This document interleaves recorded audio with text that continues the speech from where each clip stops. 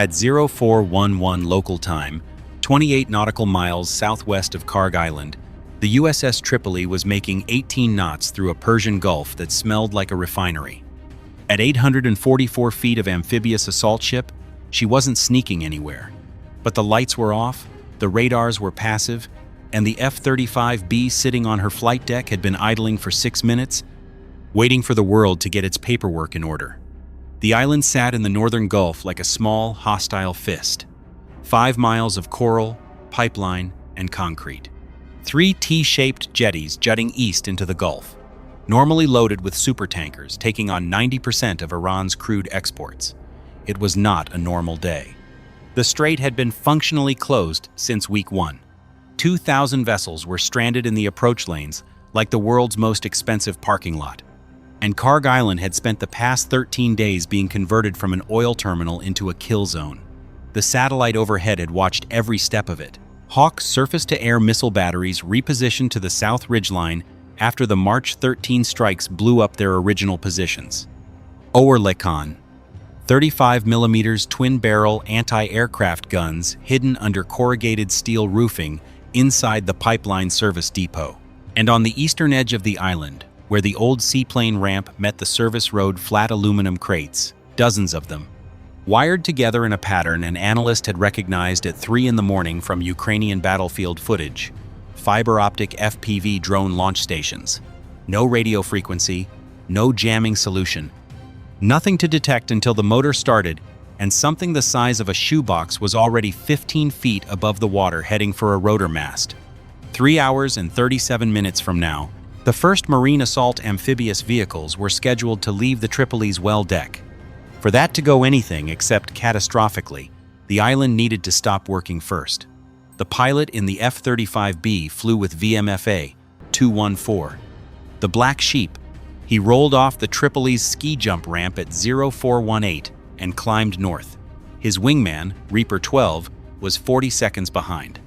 40 miles northwest, an EA-18G Growler from VAQ 133 was in its jamming orbit at 28,000 feet.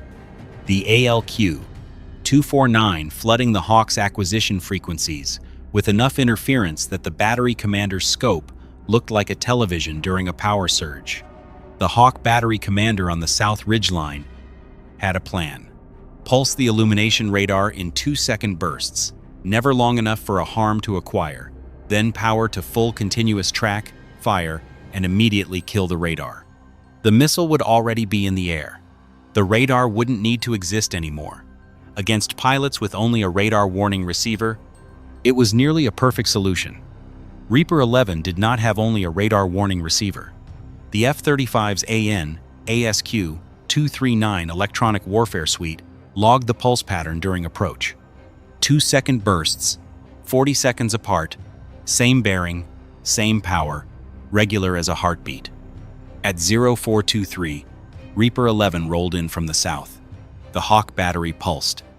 The AN/ASQ-239 computed the grid location and pushed it to the AGM-88G HARM on the wing station. He squeezed the release.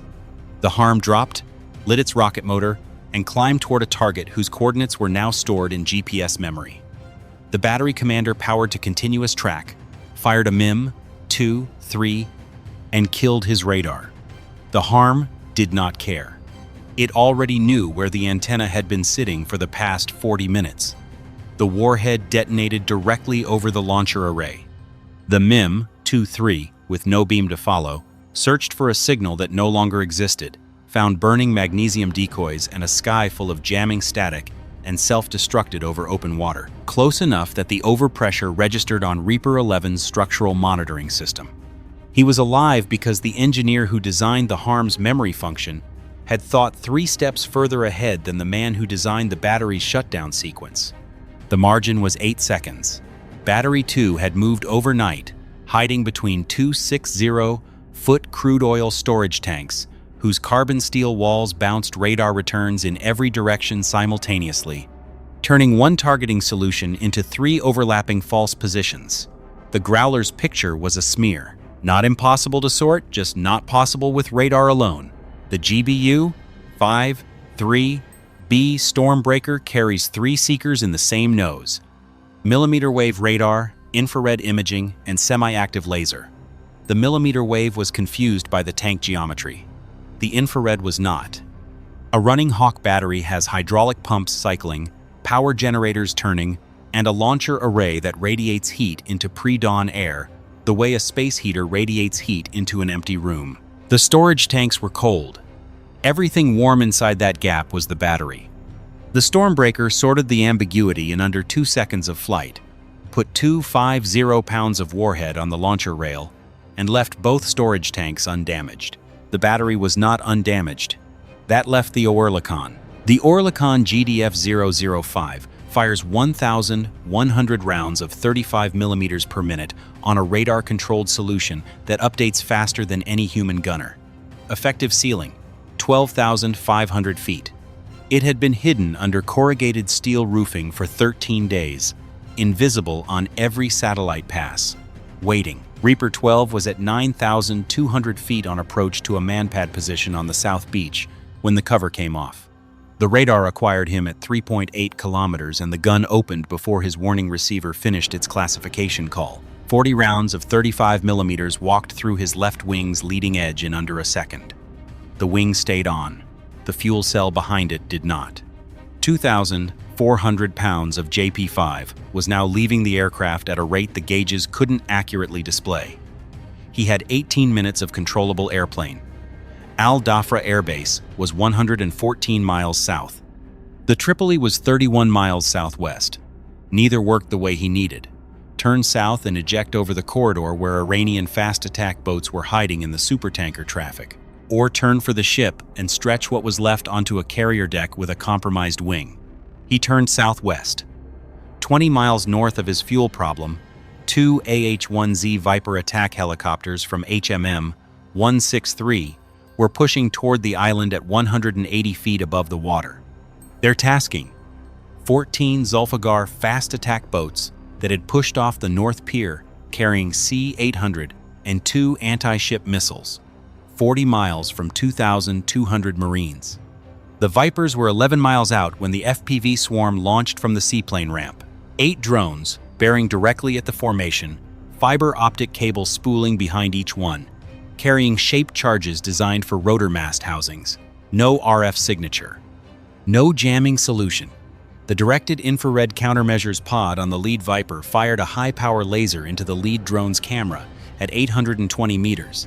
The operator's screen went black. The drone wandered into the water.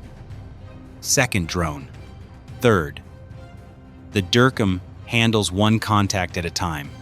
The wingman brought his M197 chin gun online, looking at drones through his helmet-mounted sight, the turret following his eyes. Quarter-second bursts, one at a time. 7 drones down in 40 seconds. The 8th detonated 11 meters to port on a Durkheim intercept close enough to hear the motor first. Fragmentation across the left nose section. The rotor kept turning. Both crew kept flying. An MQ-9 overhead had been tracking the seaplane ramp since the first launch. AGBU-53B arrived on a millimeter wave solution and walked through the fiber-optic launch stations in a single pass. The last drone, with no operator and no guidance, flew straight on its final commanded heading until the cable snapped, then flew into the Persian Gulf and sank. The Zolfaghar boats were still running. The ones in open water got 2 AGM-84 harpoons from a P-8 Poseidon orbiting at 19,000 feet missiles that tipped over into wavetop approach and folded fiberglass hulls the way cardboard folds in. Rain. The rest threaded the stranded supertanker traffic toward the Abu Musa shallows. MH-60R Romeos handled 4 more with Hellfires. 6 boats reached coves too tight for a harpoon and too shallow for a destroyer. 6 boats still loose. The task force noted their position and closed the distance anyway. Reaper 12 put the damaged F-35B on the Tripoli's deck at 0449 with 4.1 miles of fuel on the gauge. The hook caught 38 feet from the aft edge. The pilot sat in the cockpit for 5 seconds before climbing out.